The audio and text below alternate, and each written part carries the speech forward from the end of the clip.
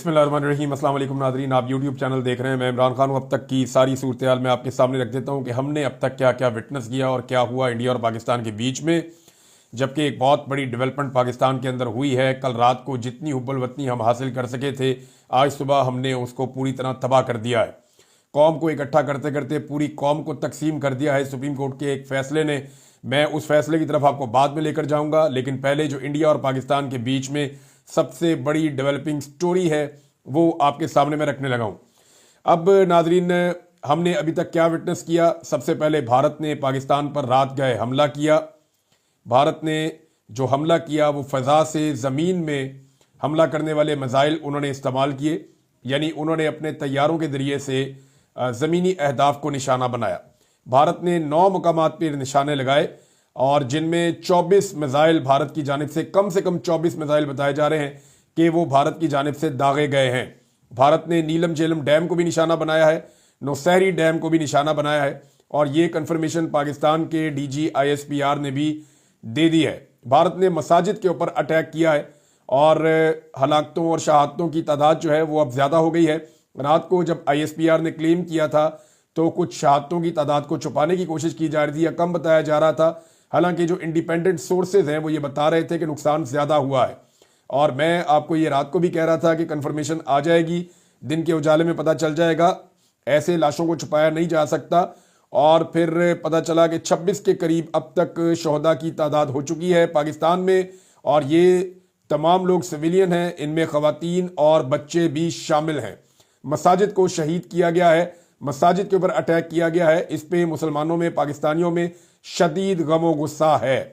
अब डैम्स को निशाना बनाया गया, मसाजिद और मदारस को निशाना बनाया गया और भारत की जानिब से जो सबसे कार्रवाई का बड़ा हिस्सा है वो ये है कि भारत ने पाकिस्तान के 4 सेटल्ड एरिया में यानी इंटरनेशनल बॉर्डर की खिलाफ वर्जी करते हुए हमला किया है।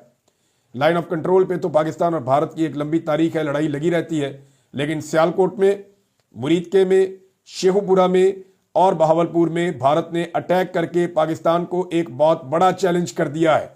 अब लाइन ऑफ कंट्रोल के दोनों तरफ कार्रवाई से फर्क नहीं पड़ेगा।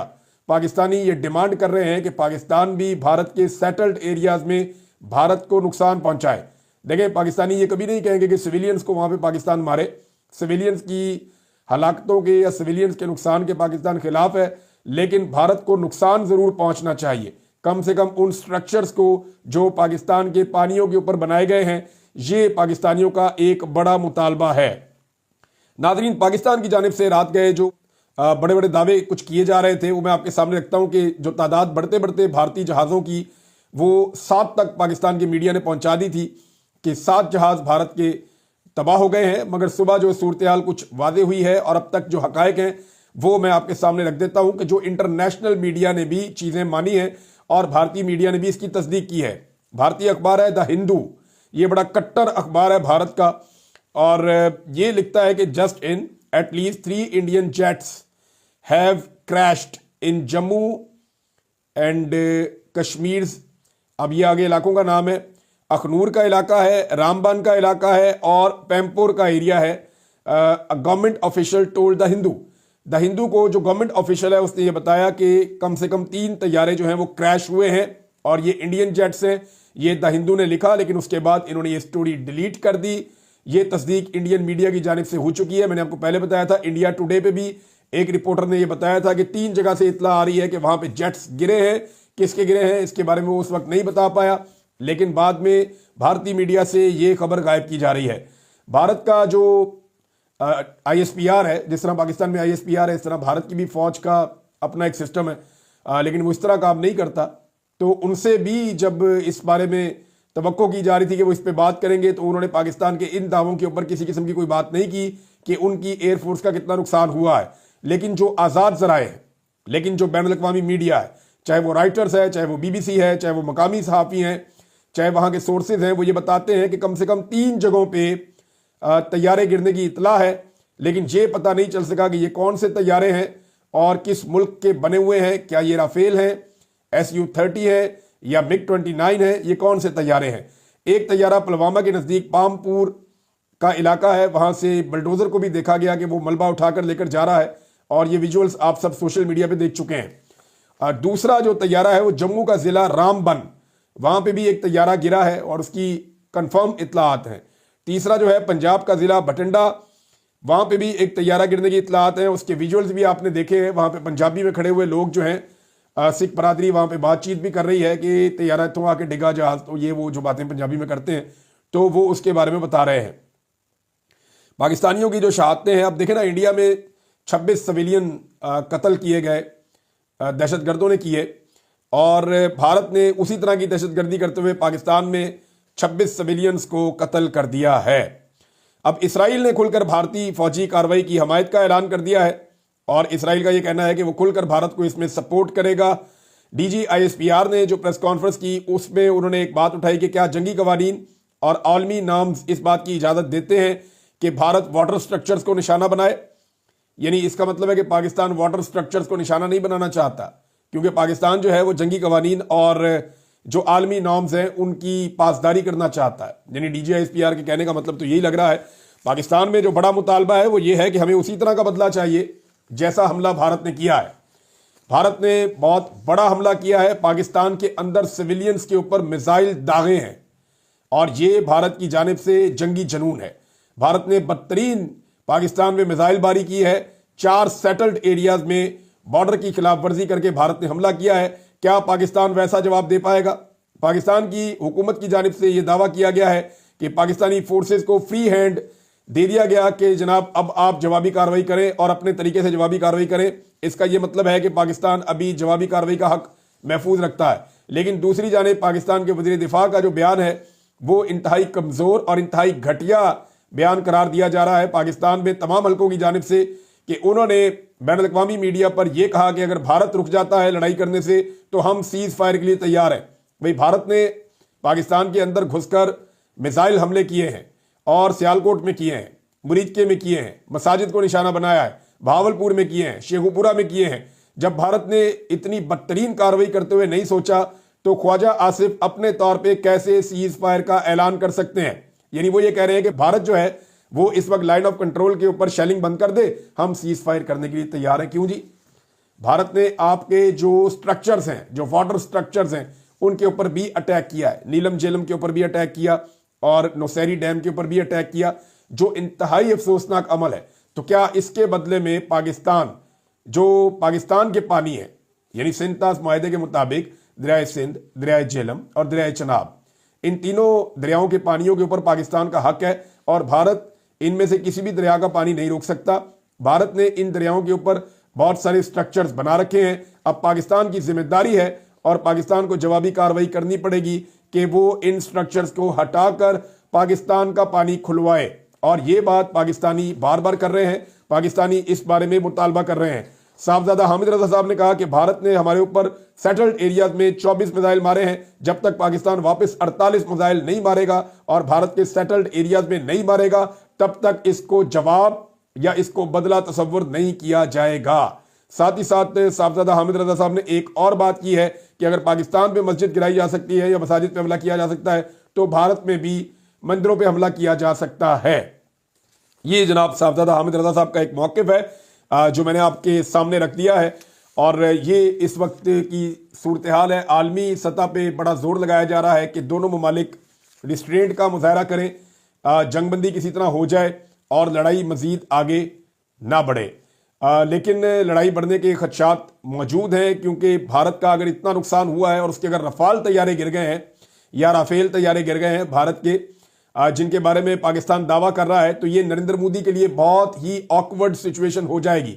फ्रांस के लिए बहुत बुरी सूरत हाल हो जाएगी। कुछ लोग ये दावा कर रहे हैं कि जो फ्रांसीसी कंपनी है जो राफेल तैयारे बनाती है उसके शेयर्स की मालियत गिरी है, जबकि यहाँ पे जो पाकिस्तान ने हथियार इस्तेमाल किए हैं इन कंपनीज के शेयर्स की मालियत बढ़ी है। यानी चाइना को इसका फायदा हुआ है और फ्रांस को इसका नुकसान हुआ है। अब अगर पाकिस्तान और भारत के बीच में कोई न्यूक्लियर वॉर हो जाती है, इस हवाले से अंदाजे और तखमीने दुनिया ने लगाने शुरू कर दिए हैं। The International Campaign to Abolish Nuclear Weapons ICAN, उन्होंने कहा कि ये बहुत खौफनाक हो सकता है पूरी दुनिया के लिए। और उन्होंने अंदाजे बताए हैं कि अगर एक एक्सचेंज हो जाता है, न्यूक्लियर एक्सचेंज पाकिस्तान और इंडिया के बीच में, तो मिलियंस लोग जो हैं वो इमीडिएटली मारे जाएंगे। यानी बहुत सारे बड़ी तादाद में लोग जो है वो मारे जाएंगे और करोड़ों लोग इफेक्ट हो जाएंगे और पूरी दुनिया के ऊपर इसके असरात चले जाएंगे। ये अल जजीरा ने इसकी रिपोर्ट को छापा है। अब नाज़रीन आ जाए उस घटिया और गलत और काबिल मुजम्मत इंसानियत सोच फैसले के ऊपर जो पाकिस्तान की सुप्रीम कोर्ट के आईनी बेंच ने आज दिया है। नाज़रीन, एक तरफ कौम को इकट्ठा कर रही थी दुश्मन की कार्रवाई, कौम दुश्मन के अज़ाइम के खिलाफ इकट्ठी हो गई और पहली मरतबा मुझे रात को ऐसा महसूस हो रहा था कि सब लोग एक ही सिमत में सोच रहे हैं कि हर हाल में दुश्मन को जवाब देना है। अब इस वक्त जब हम सबको अपना फोकस करना था दुश्मन को जवाब देने की तरफ, उस वक्त सुप्रीम कोर्ट ऑफ पाकिस्तान के आईनी बेंच ने, जिस आईनी बेंच को सिर्फ इसलिए बनाया गया 26वीं आईनी तरमीम के बाद ताकि उससे अपने मन मर्जी फैसले लिए जा सके, इस बेंच ने एक घटिया तरीन और एक तारीख का स्याह तरीन फैसला दे दिया है। फैसला देने वाले जजेस, ये इनके नाम हमेशा तारीख में याद रखे जाएंगे, जिन्होंने बदतरीन इंसानी हुकूक के खिलाफ फैसला दिया है। अब इसमें जस्टिस अमीनुद्दीन किसी तारुफ के मुताज नहीं है, सारी दुनिया इन्हें जानती है किस तरह ये आईनी बेंच के सरबराह बने हैं। Number 2 justice Mohammad Ali Mazhar, number 3 justice Shahid Bilal, number 4 justice Musarrat Hilali, number 5 और हसन रिजवी। ये जनाब 5 जजेस ने फैसला दे दिया है कि सिविलियंस का मिलिट्री कोर्ट्स के अंदर ट्रायल हो सकता है। इससे पहले जो सुप्रीम कोर्ट ऑफ पाकिस्तान के मुअज़्ज़िज़ जजेस ये फैसला दे चुके हैं, पहले ये कह चुके हैं कि सुप्रीम कोर्ट ऑफ पाकिस्तान ये कह चुका है कि फौजी अदालतों के अंदर सिविलियंस का ट्रायल नहीं होगा। लेकिन अब ये अपील दायर की गई और इसके बाद फौजी अदालतों ने फौरन सजाएं सुनाई सिविलियंस को। ये पूरी दुनिया में नहीं होता, कहीं मुहज़्ज़िब मुल्क में नहीं होता, पूरी दुनिया में पाकिस्तान की जग हंसाई होगी, पूरी दुनिया के अंदर पाकिस्तान का मजाक उड़ेगा कि ये फौजी अदालतों के अंदर अपने सिविलियन को सजाएं दे रहे हैं। सिर्फ 2 जज हैं जिन्होंने इससे इख्तलाफ किया, एक नईमुद्दीन अफगान और एक जमाल मंदोखेल। ये 2 जज साहब हैं जिन्होंने कहा जी नहीं, ये फैसला गलत है। इन्होंने करार दिया कि ये इस्लामी तालीमात के भी खिलाफ है, इस्लाम के खिलाफ है, बुनियादी इंसानी हुकूक के भी मुनाफी है और ये किसी सूरत भी सिविलियंस का मिलिट्री ट्रायल नहीं होना चाहिए। वहां से ये 2 जजेस ने कहा, लेकिन ज्यादा जजेस ने कुछ और कह दिया। अब देखें ना, रात को दुश्मन ने पाकिस्तान को इतना नुकसान नहीं पहुंचाया जितना नुकसान दिन के उजाले में पाकिस्तान की अदलिया ने पहुंचा दिया है।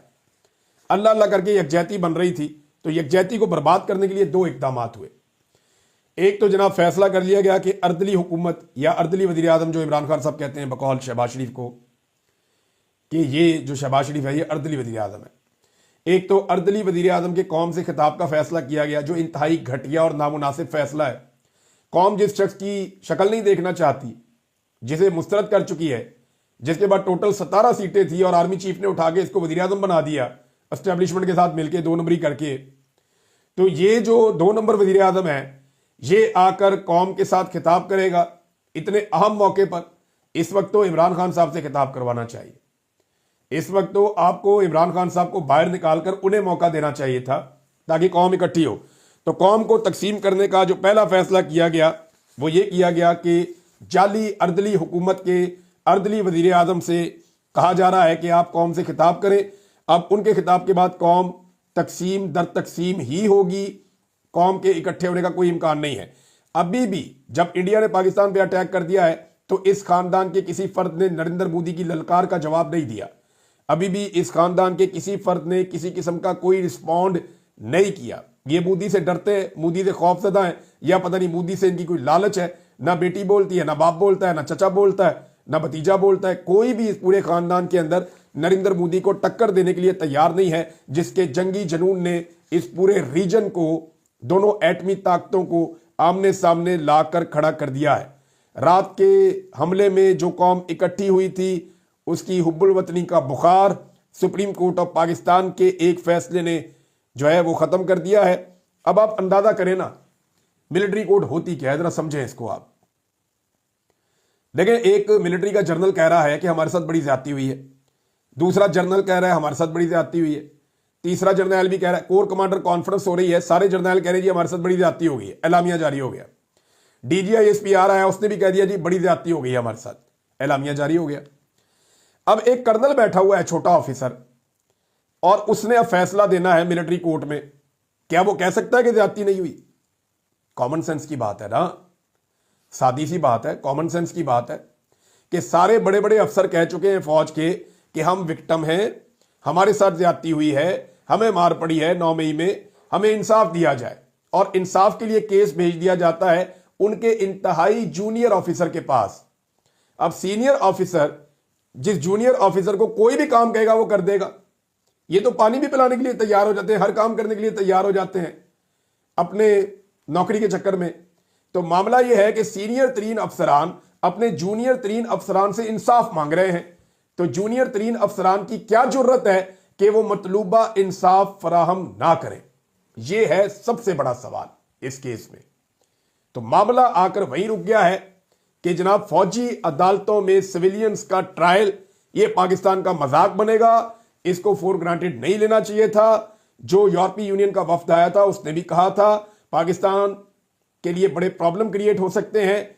जो पाकिस्तान का एक स्टेटस है पाकिस्तान के पास, जो पाकिस्तान के ताजिर फायदा उठाते हैं, आप जो यूरोपीय यूनियन में आपको मैसर है कि आप वहां पे ट्रेड कर सकते हैं, टैक्स फ्री ट्रेड कर सकते हैं।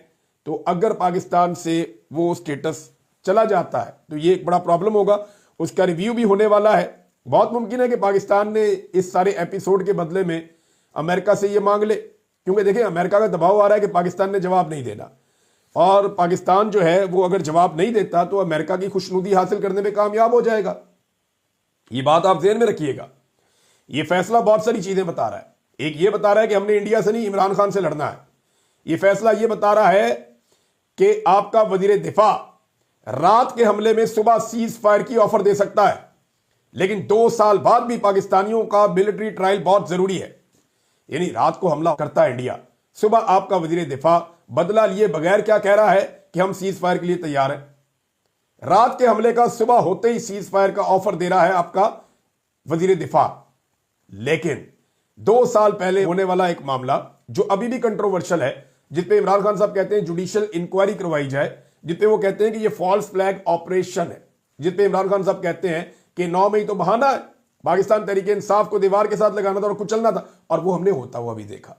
देखे ना, अगर 9 मई के बाद पीटीआई का इंतखाबी निशान ना छीना जाता, अगर 9 मई के बाद पाकिस्तान तहरीक इंसाफ के बंदे अगवा ना किए जाते, अगर 9 मई के बाद पाकिस्तान तहरीक इंसाफ के जबरी गुमशुदगियों के बाद लोगों की वफादारियां तब्दील ना करवाई जाती, अगर धांधली ना की जाती, तो लोग कहते जी 9 मई का वाकया ठीक है। 9 मई के बहाने जिस तरह एक पॉलिटिकल पार्टी को और लीडरशिप को कुचला गया है, उससे साबित होता है कि एक्चुअली 9 मई एक बहाना था। तो अब 9 मई को 2 साल गुजर गए हैं, वहां पाकिस्तानियों का आज 2 साल के बाद भी फौजी अदालतों में ट्रायल करना है, लेकिन रात को भारत ने अटैक किया है तो सुबह भारत को सीज फायर की ऑफर भी पाकिस्तान के वजीर दिफा ने करनी है। अब पता नहीं वजीर आजम जो है वो भी कौन से खिताब करने जा रहा है, पता नहीं पाकिस्तान का वजीर आजम क्या कहता है, लेकिन बेहद बेशर्मी है और ढिठाई है कि उस मौके पर जब कौम बड़े लंबे अरसे के बाद इकट्ठी होने जा रही थी, कौम को तकसीम कर दिया गया इस अर्दली हुकूमत और इस बेशर्म निज़ाम के जरिए से। नाज़रीन, पाकिस्तानियों का अब एक ही मुतालबा है, और वो बड़ा मुतालबा है, और ये मेरा भी मुतालबा है कि भारत ने पाकिस्तान के सेटल्ड एरियाज के ऊपर अटैक किया है, पाकिस्तान के शहरी इलाकों को मिसाइलों से निशाना बनाया है।